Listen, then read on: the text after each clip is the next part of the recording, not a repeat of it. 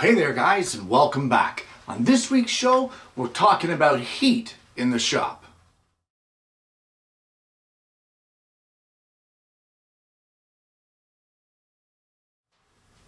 It's a dream of all of us that we will have a shop where we have a climate-controlled environment. Cooler in the summer, warmer in the winter, with humidity that is at proper levels to keep your wood from warping, splitting, checking, all that really nasty stuff that happens to our beloved wood. Guys, in my shop there's several ways that I heat it for various times of the year, but in the winter the only real option for me is a wood stove. And I can hear you all gasping now at the idea of a wood stove in a workshop, but it gives efficient heat. It's a very dry heat, as well as that my shop makes no mistakes because they all end up as a heat source. Guys, what I want to do on today's show, I don't want to start controversy. I don't want to have people jumping in and say that, you know, oh my goodness, you're gonna die. We're all dying one day, boys. What I am going to do though is point out a few of the things that I like to do or use to make it safer, more convenient, and overall an option for some people as far as heat for your shop. Well, there have been many people over the years that have made comments playfully teasing about how I keep my shop and how clean it is kept. And one of the main reasons for that is our friend the wood stove. Sawdust is combustible, guys, and once it hits so many parts per million, it becomes dangerous, and it doesn't take much of a spark to fire it off. Now, the chances of this shop getting to those parts per million is pretty slim, but why take the chances? And for that, when running a wood stove, you gotta have one of these, guys. It's an airborne collector. Now, I've heard that an average way to calculate it is that you want a machine that will recycle your air in the shop 6 times per hour. That is the goal. Now, that's what I've heard.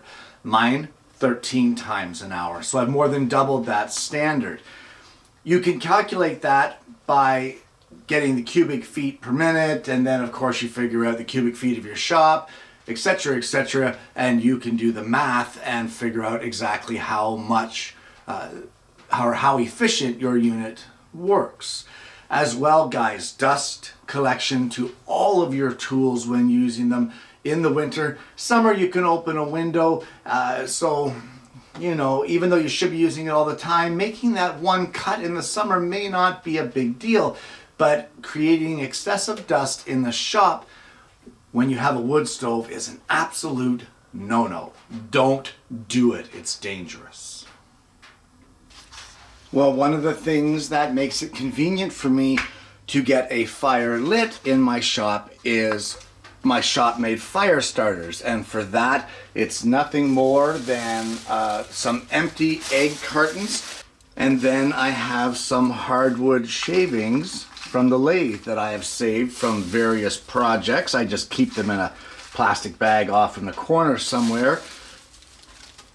And all I do is I stuff these egg cartons packed full, and from there I melt a little wax on the top of the wood stove one day when it's running, or if not, you can do it in the house.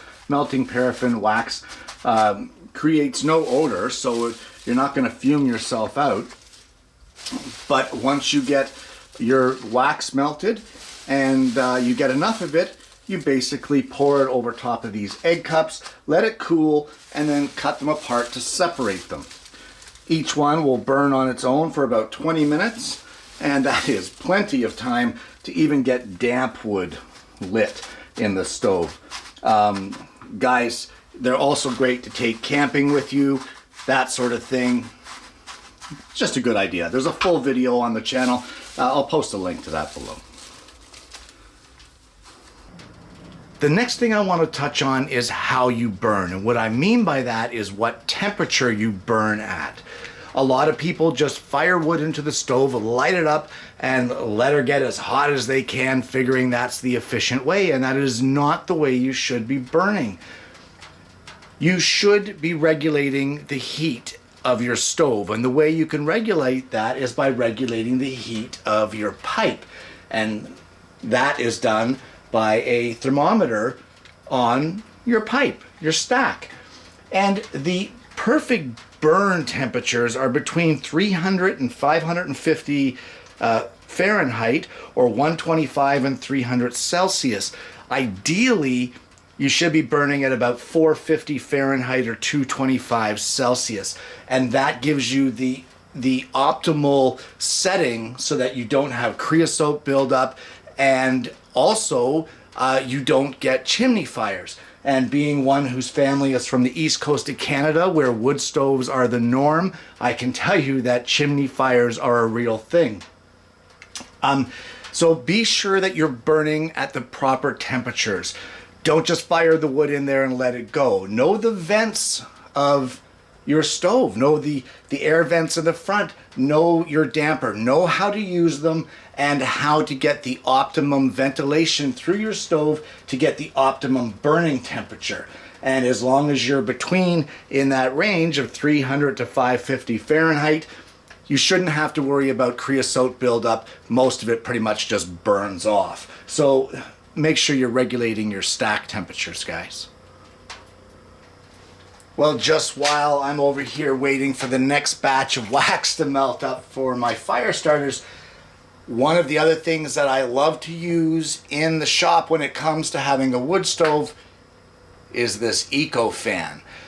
Guys, these things seem pricey, roughly about $100 a pop, but considering what they are and what they do, I wouldn't have a wood stove without one after experiencing this one. I've had this one probably now for 5 years. I did get it on sale, so I got a half decent price on it. And it's basically a fan that sits on top of your wood stove, and once it gets to a certain temperature from the body of the stove, it starts to generate its own current. Now, I'm not going to get into how it does that, but by generating its own power, it starts up and it starts blowing the warm air from the top of your stove out into your shop or your basement or wherever you have your wood stove. And it is absolutely amazing for circulating the air. You wouldn't think it does much, but honestly, it's a great addition if you have a wood stove. Just one thing I will caution you about is there are different types. This one here is specifically for a wood stove. And if you have a gas stove or a gas fireplace or a gas wood stove, that sort of thing, that is a completely different unit. Do not get the wood stove one. It's not the same. And do not try to use a gas or propane wood stove unit for a wood burning stove. So there you go. Those Ecofans, yeah, they are pretty awesome. If you are going to use a wood burning stove in your shop or your home or your garage or whatever, that's up to you. Used properly, they're 100% safe. But if you use one without one of these things handy, you are a fool. Not only are you a fool, but you are a braver man than I am, because without a fire extinguisher, guys, you are just asking for disaster. There is no guarantee that a fire extinguisher will save your bacon should things go south. However, without one, you have no chance. So have one in your shop. Make sure it's easily accessible and that you know where it is. Set a reminder in your shop on your watch. We all have cell phones now that remind you of things. Set a reminder once every 3 months. Check this thing. Make sure that it's still showing a green charge, that it's still a valid charge in your thing, in your fire extinguisher. Heck, do it when the clocks spring forward or fall back. Check your fire extinguisher by your wood stove. Know where it is, and most importantly, guys, please know how to use it. make sure that you are 100% familiar with the use of this thing. By the time you run, find your fire extinguisher, get it, and then have to sit there and, okay, what do I want? I haven't got my glasses, I can't read the instructions. Okay, step A, you find the fire. Okay, I got a fire. Good, good, I got that. Your shop's gone. Your shop is gone. It's too late. You need to nip this in the bud. So please, know how to use them, know where they are, make sure they're charged, but you can't do any of that if you don't have them, guys, so please. Fire extinguisher if you're going to be using wood burning for a heat source. Something I would like to point out to all of you as well, forget it. Forget about the wood stove or not. You should be having a fire extinguisher in your shop anyway. Anything can happen when you're working with wood. A little bit of sawdust on the floor, an electrical spark using a grinding wheel, a spark flies off and lands into some sawdust. Next thing you know, you have an inferno. Don't be a fool. Don't be the guy that's online saying, oh my gosh, I lost my shop. Get a fire extinguisher, guys. Now in the back corner of my shop, you can see where my wood stove is, and you can see that the walls all the way around there have the black panels on them. And I've made the mistake in the past of calling them asbestos panels. That's just old school. That's what they were always called. But they're stove panels.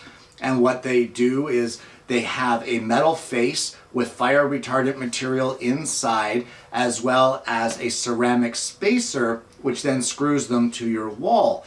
What that does is it keeps the heat from getting at the wall. It's a fire break. It's a heat break, really, not a fire break. But it keeps the wall cool. Now I have them all the way from floor to ceiling, and on two sides of the stove that is exposed to the walls. That is overkill, and the only reason I did it is because there was a store closing that had them on a crazy price that I would never see again. So I thought, forget it, safe than sorry. I'm going to run it floor to ceiling, and I have no worries about that whatsoever. I will point out that every once in a while, though, give them a wipe down. Give them a wipe down and make sure that the dust isn't building up on them, because no matter how much dust collection you have, no matter how good you think you're being, the dust does build up in a shop, guys. We cut wood. We purposely make sawdust, so therefore it's inevitable that it's going to get around the shop, and on those boards is no exception. So give them a wipe and give them clean, or keep them clean. As well, make sure you pay attention to the clearances from your wood stove to the wall if you have it in a corner like mine. You can reduce the clearance slightly by having those boards in place, but not drastically. So try to keep at least your minimum clearances to the wall, and try not to have too much stuff around it, especially if it's plastic. I have melted more than one thing by having it a little too close to the wood stove when using it for heat in the winter. Okay, now what to burn? What can you throw in a wood stove? Well, you cannot throw chemicals. Let's put it that way. So if you can't throw in chemicals, that means instantly things like MDF, plywood, arborite, particle board, that sort of thing. You can't burn them, guys. You can't pressure treat it, especially. Oh my goodness, pressure treat it. You can't burn this stuff in a wood stove. They release harmful chemicals that either could harm you in the shop or be released out into the air, and if best case scenario, just annoy the heck out of your neighbors as it stinks like there's no tomorrow throughout the neighborhood. But you should not be burning those sorts of things in your wood stove. Solid hardwoods. I try to stay away from things like pine, because pine can create creosote in your stack pipe even if you're burning at the proper temperatures. Pine is a very resin-filled wood. It's very it's sappy. It's a sappy wood, and it just makes a mess. So I try not to burn it. But maple, oak, walnut, that sort of thing. Scraps of maple, oak, and walnut burn fantastically. If you get firewood, you're probably looking at maple, oak, or birch. Birch being one of my favorite, as it's a hardwood. It burns hot, it burns slowly, so it lasts a little longer. So usually 3 or 4 small junks can get me through the day and give me the heat that I need. So bottom line is, if it's not man-made, like it's natural wood, you can burn it. If you start adding the human elements of glues and lamination processes and that sort of thing, keep it out of the stove, guys. It has no place being there. Now, maintenance on the stove. What would be acceptable? Well, for starters, every spring and every fall I get up on the roof and I get one of those chimney sweep brushes and I clean the crap out of the inside of my stack, because we don't need all that soot and buildup in there, and it just makes the stove work less efficiently. So keep your stack clean. There's one. Second of all, at the end of the season, I clean the ashes out so that it's down to a minimum. But during the entire burning season, through the winter and the early spring, I do not clean the ashes out of my stove. And I always thought that that's what you were supposed to do. And then I happened to read the manufacturer's recommendations for my stove when I first got this one, and they said absolutely not. Do not remove those from our stove, as that helps in the insulation factor and it helps with the fire bricks on the inside, almost like a mortar in between to help everything hold together. And I think it's almost 12 years now that I've had this particular wood stove in the shop, and it has never failed me from cleaning it out like that. And those ashes that you have in there, as long as you're burning proper heats and that sort of thing, they do not accumulate. I don't know how it works. I'm not a scientist, I'm a woodworker, but it works. So keep your ashes clean once at the end of the season, if that's what your stove says. But more importantly, watch for rust. No matter how good your stack is, no matter how good any of that is, it seems that a wood stove will always allow some form of water to drip down onto the stove, and eventually that will rust and rot out. So once a year, I check around, give it a little rough up with a wire brush, and mask around, and I get that heat-resistant barbecue paint. I give it a nice spray, completely coat it, make it look like new, and then after I'm done all of that, I light it up and let it burn off all of the stuff from that spray paint before I need it for the first heat, because the fumes on that is horrible. You need all windows and doors open, and you need not be in the shop. So keep it painted, watch for rust, keep it clean, that sort of thing. It's important. And as well, make sure that you know that your mechanisms works. Things like your flue, that works in the stack. Make sure that your vent levers work properly, that your handle secures the door, and then you don't have the worry once it's sealed and locked down of that door springing open or something terrible happening, that sort of thing. Also, guys, do not leave the stove unattended. Fire scares the crap out of me. So as soon as that stove is lit, I'm out here. I'm here. I don't care. I will wait till it's nothing more than the tiniest little ember in there, and I will check it 3 or 4 times before I'll actually leave, because I'm so paranoid about the fire. And honestly, it's a scary thing. So once you light that stove, stick around. Some of you may think that's overkill, but at least if you're here and something goes wrong, you can do something about it. It's pretty hard to do something about it when you're in the house and you didn't notice before it was too late. Well, the other thing that I'd like to use with my stove is spills. And what are spills? You know what?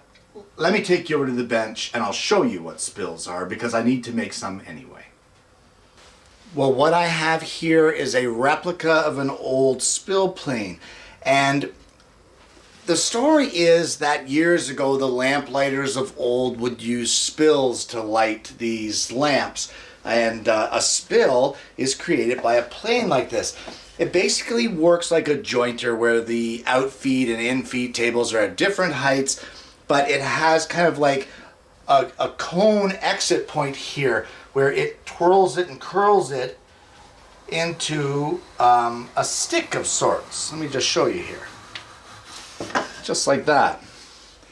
And then you have a wooden stick that did not use very much material, and you just light the end. It lights very easily. Fire one up. And once you get it lit, you're able to reach inside and, without getting your hands too close, light the different areas of your stove that you have kindling in, or that sort of thing. Blow it out, and a little while later you can use this again afterwards. So it's not like a one-time use, although that's what I use it for. So spills are kind of a fun way and a safe way to light your wood stove. So spill plane might be something that you want to consider. And there you have it. Wood stove tips, I guess you'd call it, or heat in the shop. Guys, there are those of you out there that are going to blatantly disagree with whether or not you should have a wood stove in a woodworking shop. I'm okay with that.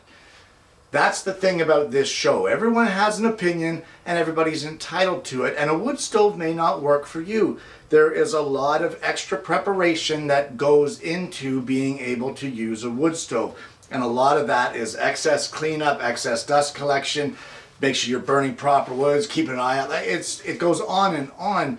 But as long as you're safe with it and don't take shortcuts and take the precautions, in my opinion, there is nothing wrong with having a wood stove in your shop. And that's just my opinion.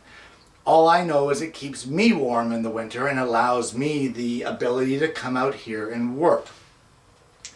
One day would I love to have a climate controlled shop? Oh, you know it. You know it. One day I'm hoping to see a shop that is much bigger than this one, and one where I don't have to burn wood all the time in order to have heat. But for now, that is not an option for me, so here we are burning wood. And I feel confident burning wood because of the precautions that I take. Guys, if you're going to have a wood stove in your shop, please have it installed properly. Make sure that it's done right, because you don't get a second chance when your shop starts burning down. There are those of you that this video may scare into saying, wood stove is not for me, and you know what? That's just okay too. If you can find a different method to heat your shop that you are comfortable with, that does not pose a risk to you or your stuff in your shop, then by all means use it. I'm just pointing out what I do and giving you a few little tips, things like the Ecofan, the burning, lighting it up, the fire starters, extinguisher, that sort of thing. Throwing it out there that there's things you should be looking at if you're looking at wood heat. Oh, wow! And the stove gets hot. Here, I'll use this. Guys, I want to thank you so much for tuning in this week. It's been a lot of fun. We do have a good time on this show. If you haven't already, please don't forget to like and subscribe. Click the bell so that you don't miss the notifications of future episodes of the show. Share it around if you like the content.